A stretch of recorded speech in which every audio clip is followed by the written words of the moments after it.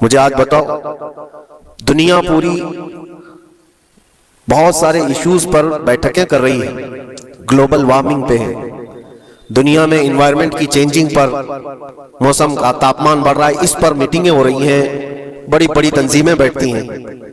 یہ ڈھکوسلہ ہے یہ دنیا کا، یہ مغربی دنیا ویسٹرن کنٹریز کا دکھاوا ہے۔ یہ اینیمل لاورز کو بھی باہر لے کر کے آتے ہیں، ان کو بہت زیادہ کوریج دیا جاتا ہے، یہ کتے سے پیار کرنے والا ہے، یہ مرغی سے پیار کرنے والا ہے۔ ظالموں، 40,000 نہیں 50,000 لوگوں کو فلسطین میں تم نے ناحق مار دیا، اس پر کوئی بیٹھک نہیں کرتے۔ موت اتنی آسان ہے انسانوں کی، جنگ جس سے ہے، مقابلہ جس سے ہے، تمہارا آپس میں برابر کی طاقت کا مقابلہ ہو تو سمجھ میں آئے کہ ایک دوسرے کی فوجوں سے مقابلہ ہے، ادھر کی فوج بھی مر رہی ادھر کی فوج بھی مر رہی ہے، لیکن نہتے بچوں کا کیا قصور؟ بلکہ وہ گود میں آئے ہوئے ابھی جنہوں نے شعور کی آنکھیں بھی نہیں کھولی، دودھ پیتے بچوں کے جو قتل ہوئے ہیں۔ تاریخ میں آپ نے پڑھا ہوگا فرعون نے 12,000 بچوں کا قتل کیا تھا، صرف اس گمان سے کہ اس نے خواب دیکھا تھا بنی اسرائیل میں ایک بچہ پیدا ہوگا جو اس کی سلطنت کو ہلاک کر دے گا۔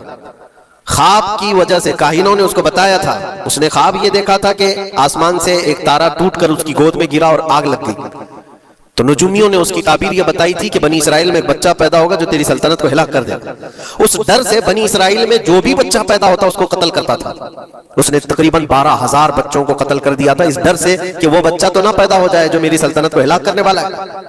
اور وہ موسیٰ علیہ السلام تھے، پیدا بھی ہوئے اور فرعون کے گھر میں ہی پلے، اللہ کا نظام ہے۔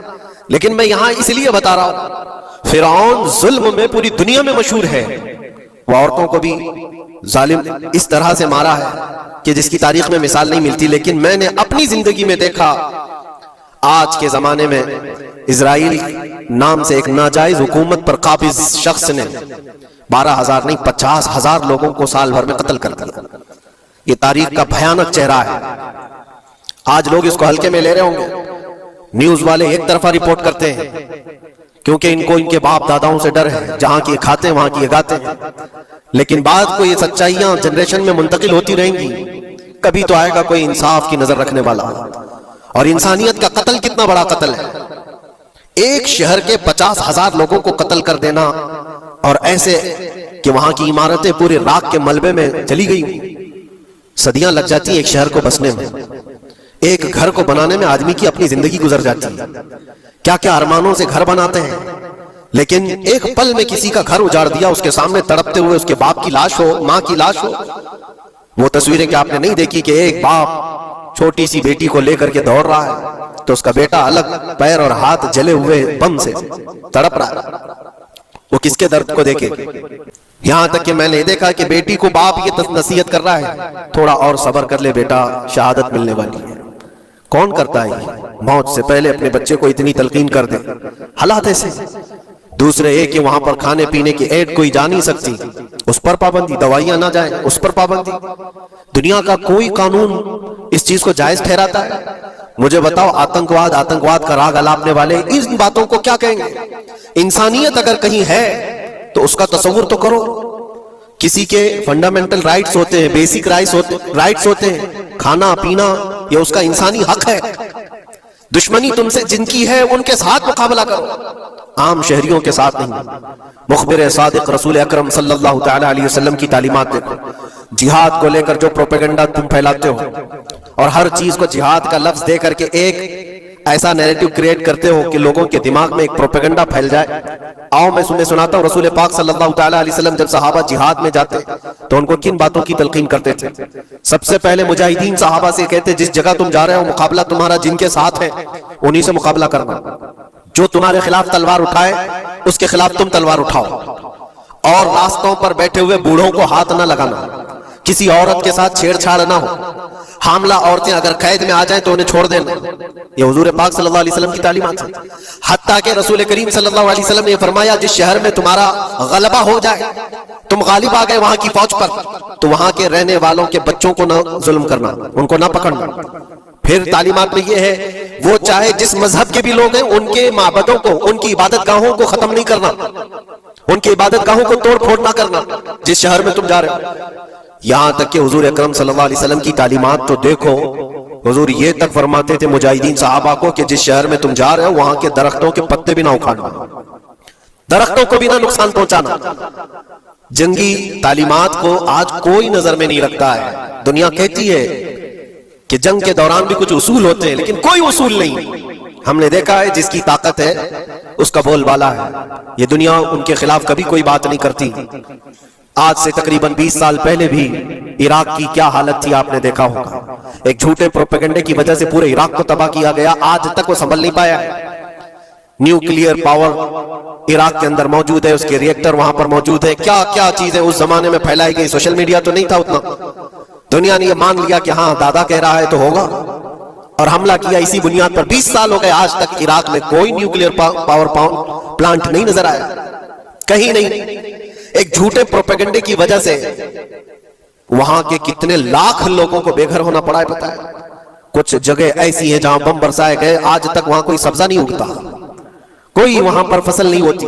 میں نے خود اپنی آنکھوں سے دیکھا ایک نیا میدان جس پہ لوگ فٹ بال کھیلتے تھے، چند سالوں کے بعد دیکھو تو پورا میدان قبروں سے بھرا ہوا ہے، قبریں ہیں وہاں پر، پوری قبریں۔ لوگوں کو جنازہ اٹھانے کے لیے لوگ نہیں ملتے، موت اتنی عام کر دی گئی تھی۔ ان باتوں کو کوئی کہتا ہے؟ آپ نے سنا کبھی ابو غریب جیل کے متعلق قیدیوں کے ساتھ جو وحشیانہ سلوک کیا ان گوروں نے؟